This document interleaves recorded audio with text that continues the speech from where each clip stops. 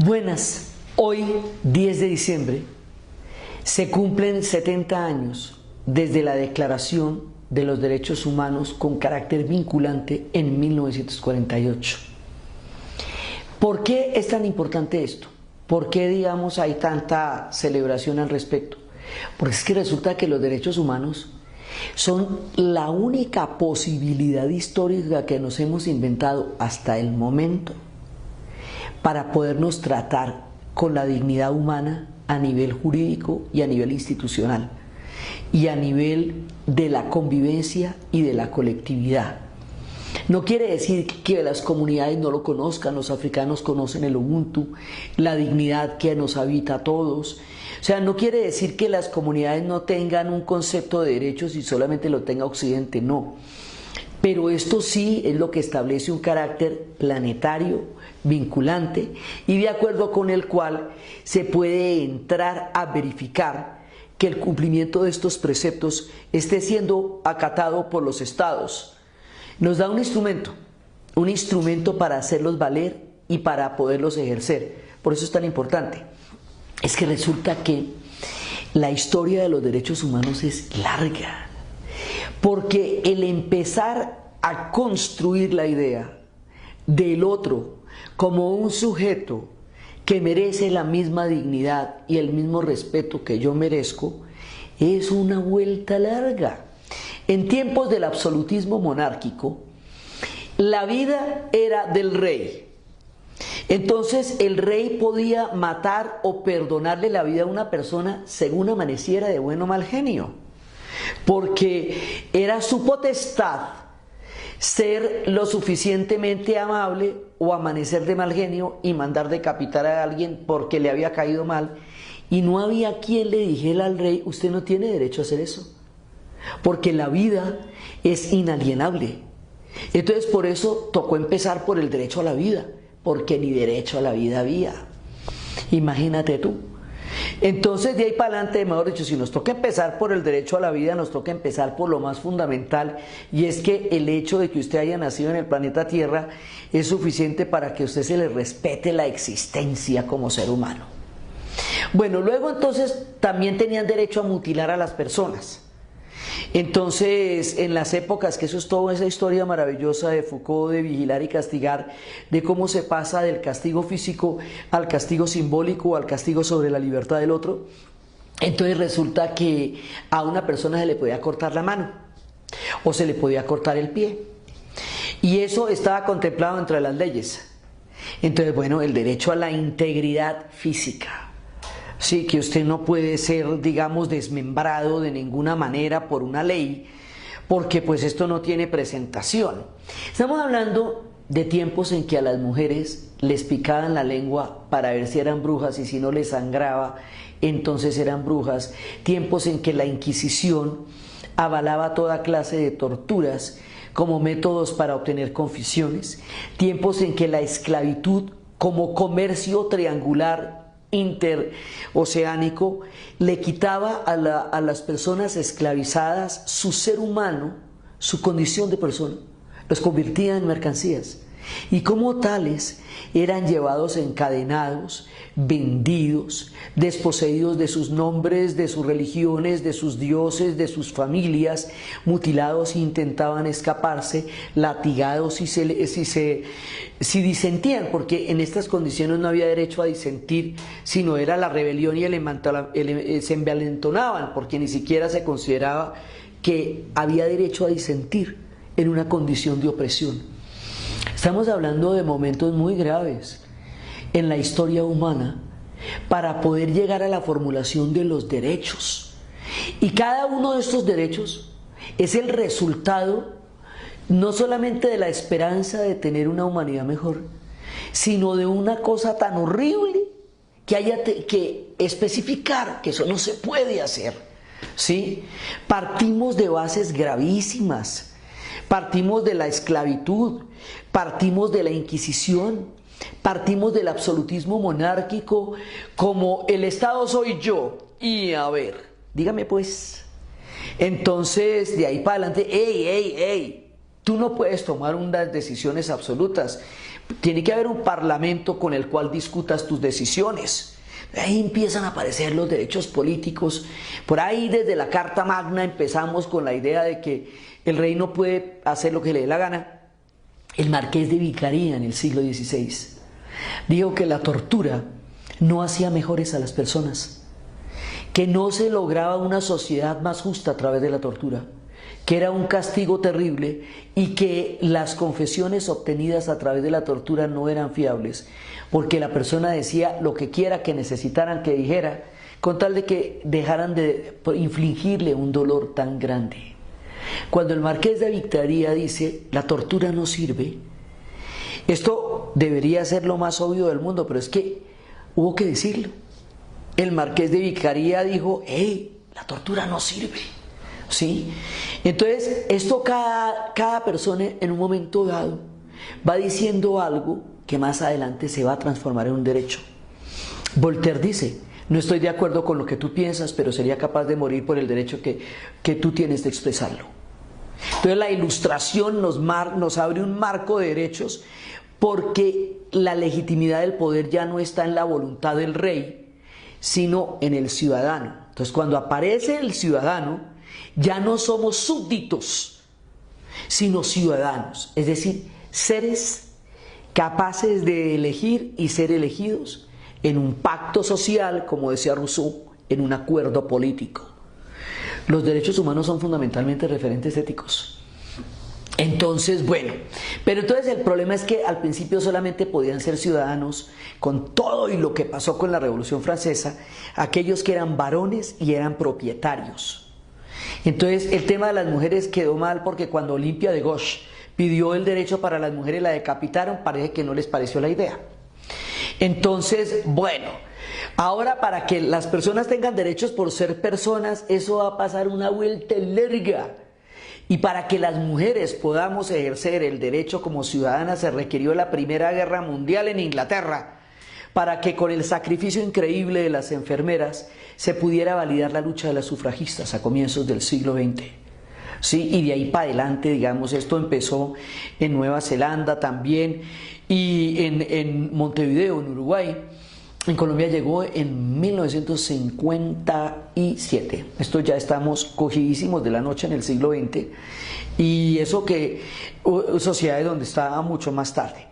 Bueno, entonces aquí hay una cantidad de debates sobre lo que es ser un derecho humano, para que todo esto empiece a volverse una legislación, no solamente una opinión, no solamente una idea importante, sino algo que realmente se tenga que cumplir para que se vuelva un referente ético de la humanidad.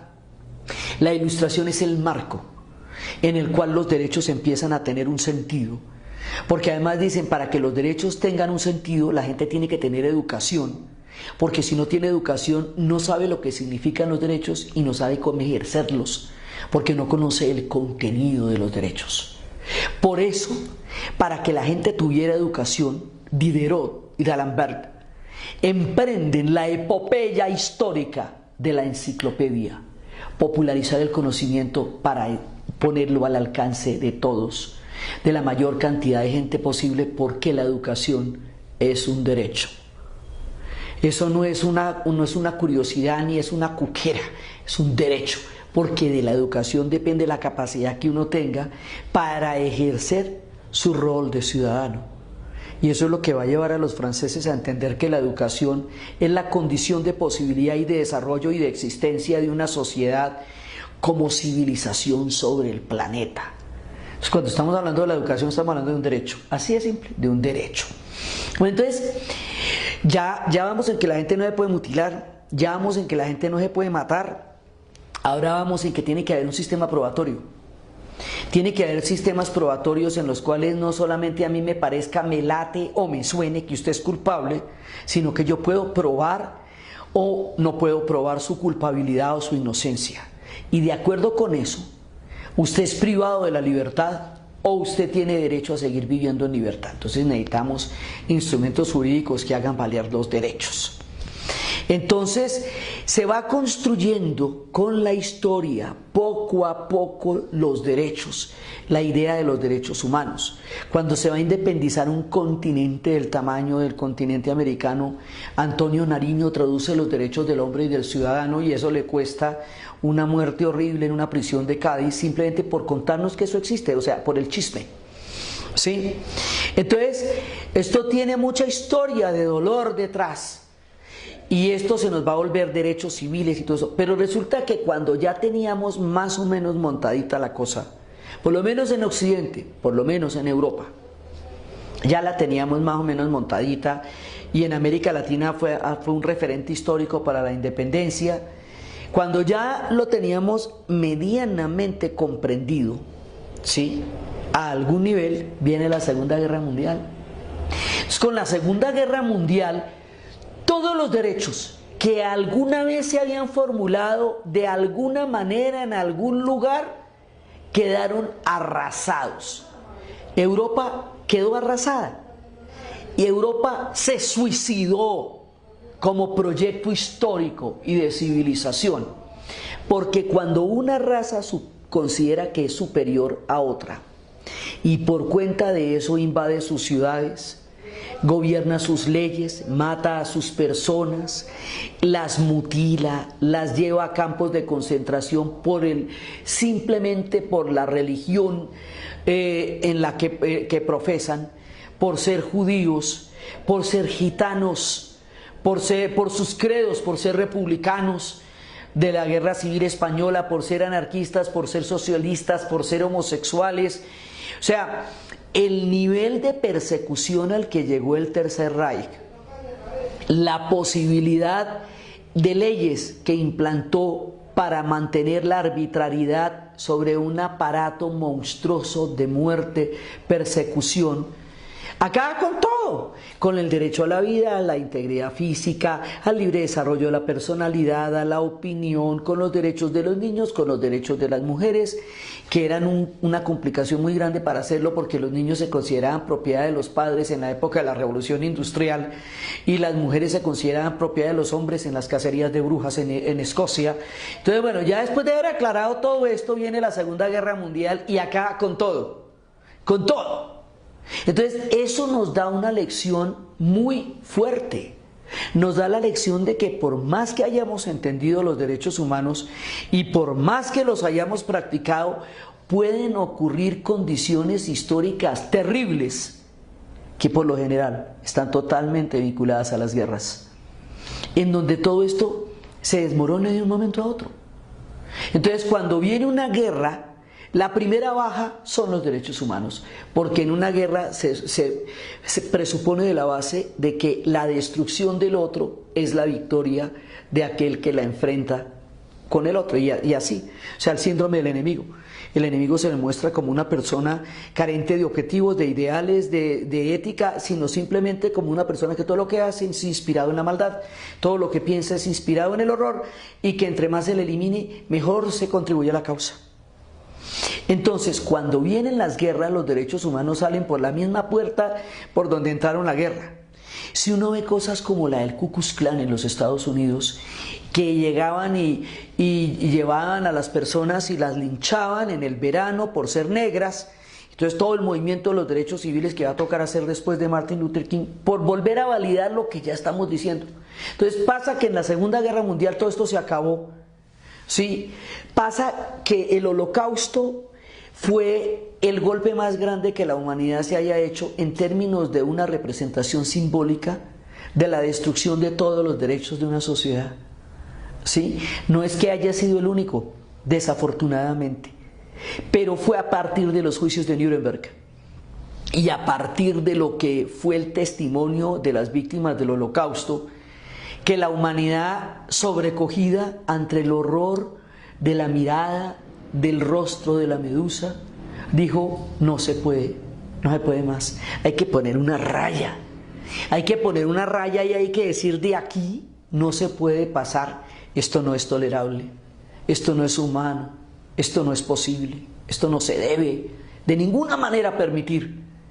Y para poner esa raya y para poder decir: basta ya, Nunca más se hizo toda la legislación de los derechos humanos, que es lo que estamos celebrando ahorita. Dijeron, no, un momentico, pero verá, vamos a formularlos despacito, uno por uno, cada uno con sus contenidos.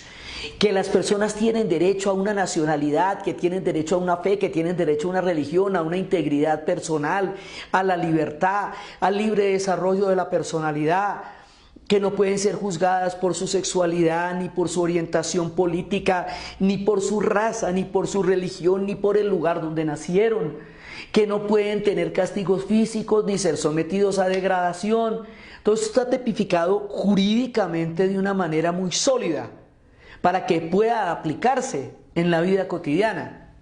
Entonces tocó formularlo, otra vez todo inventárselo, porque la Segunda Guerra Mundial había destruido todo, todo en Hiroshima, todo en Nagasaki, todo en Auschwitz, Buchenwald, Treblinka, Dora Rothsberg, en Riga, en Dresden.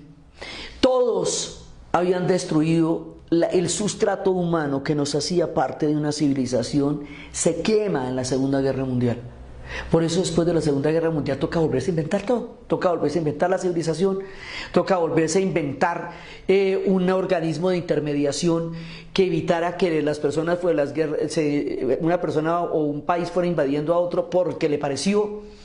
Entonces, la construcción de un Estado de Derecho planetario pasa por la legislación de los derechos humanos en 1948. Por eso es que es tan clave recordar cuál es el origen de esto.